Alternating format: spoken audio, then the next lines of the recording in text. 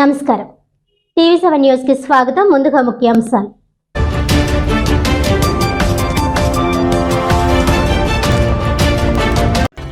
Kakinada rural మాజీ MLA పిల్లి Ananthalakshmi Satyanarayana మూర్తికి TDP ticket రాకపోవడంపై కార్యకర్తల ఆగ్రహం. తెలుగుదేశం పార్టీకి మూకుమ్మడి రాజీనామాలు చేయాలని సత్యబాబు ఇంటిని ముట్టడించి హైడ్రామా. ఒంటిపై పెట్రోల్ పోసుకుని ఆత్మహత్యాయత్నం చేసిన కార్యకర్త.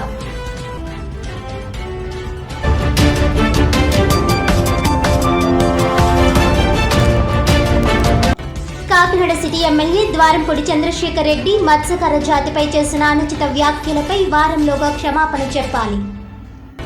లేని పక్షంలో ప్రత్యక్ష కార్యాచరణకు దిగుతామని అల్టిమేట్ జారీ చేసిన మత్స్యకార సంఘాల నాయకులు.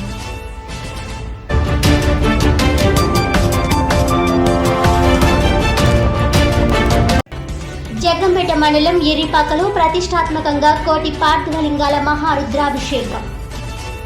టీడీపీ నేత జ్యోతుల నెహ్రూ కుటుంబం ఆధ్వర్యంలో ఘనంగా ప్రారంభించిన అమరావతికి చెందిన శ్రీ శైవ క్షేత్ర వ్యవస్థాపక పీఠాధిపతులు శ్రీ శ్రీ శ్రీ శివస్వామి.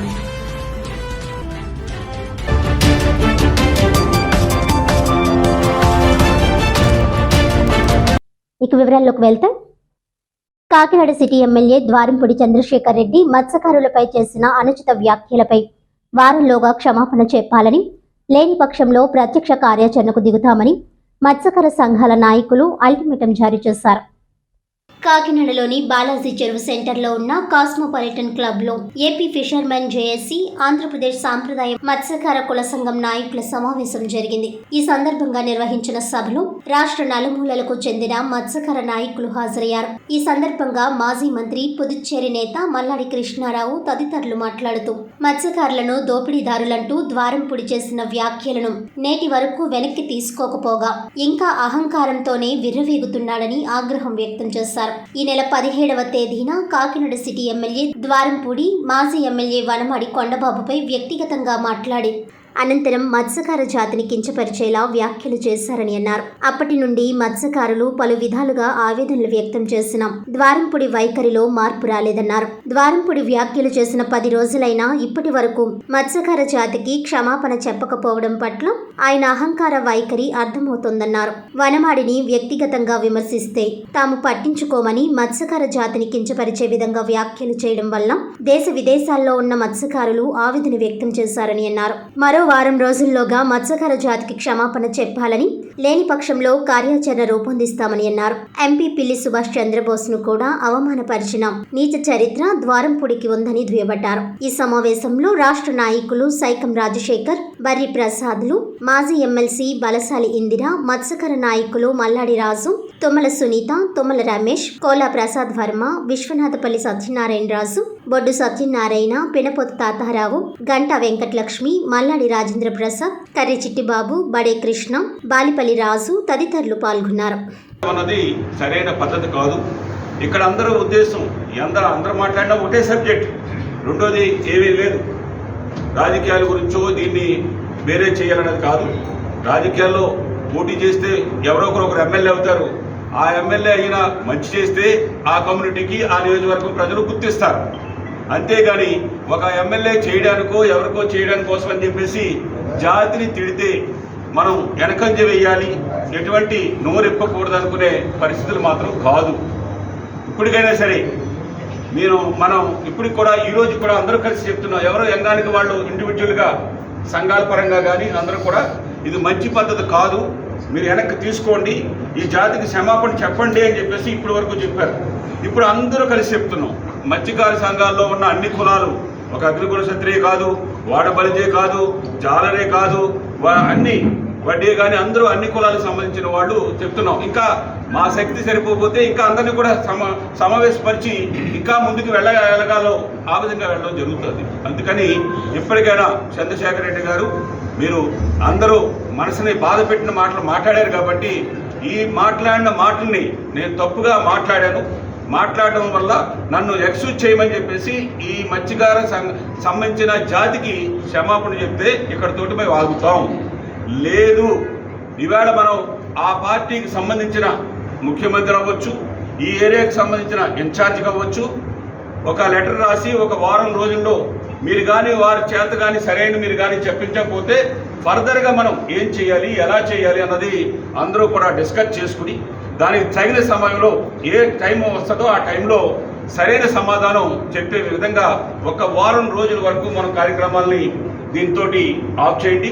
మనం వెళ్ళి వారింటి దగ్గర ఇంకో దగ్గర వెళ్ళి చేయడం అన్నది law and order problem create చేయడానికి కానీ గొడవల్లో మనం ఇన్వాల్వ్ అవ్వడానికి కాకుండా జాతికి జరిగిన అవమానంగా భావించిన మాటను మాత్రమే మనం చేసుకుందాం తప్ప దీన్ని గొడవల రూపంలోనో లా అండ్ ఆర్డర్ రూపంలోనో రప్పించడానికి మాత్రం మా ఉద్దేశం కాదు. ఎవరైనా కొంచెం ఆవేశంగా మాట్లాడినా కానీ ఆ మాటల్ని కొంచెం మనం వెనక్కి తీసుకుని వారికి ఆ పార్టీకి కూడా పెద్దలు కూడా తెలియజేసి ఇదే విధంగా గతంలో కూడా జూన్ 6వ తారీఖున ఇక్కడ జరిగినప్పుడు ఆ సంఘటన కూడా పార్టీకి తీసుకెళ్ళాం. పార్టీ పిలిచి వారికి ఇక్కడ కార్యక్రమానికి మనం చేసుకోవడానికి కానీ ఎటువంటి అడ్డంకులు కలగ చేయొద్దని చెప్పేసి కూడా ఉన్నాయి.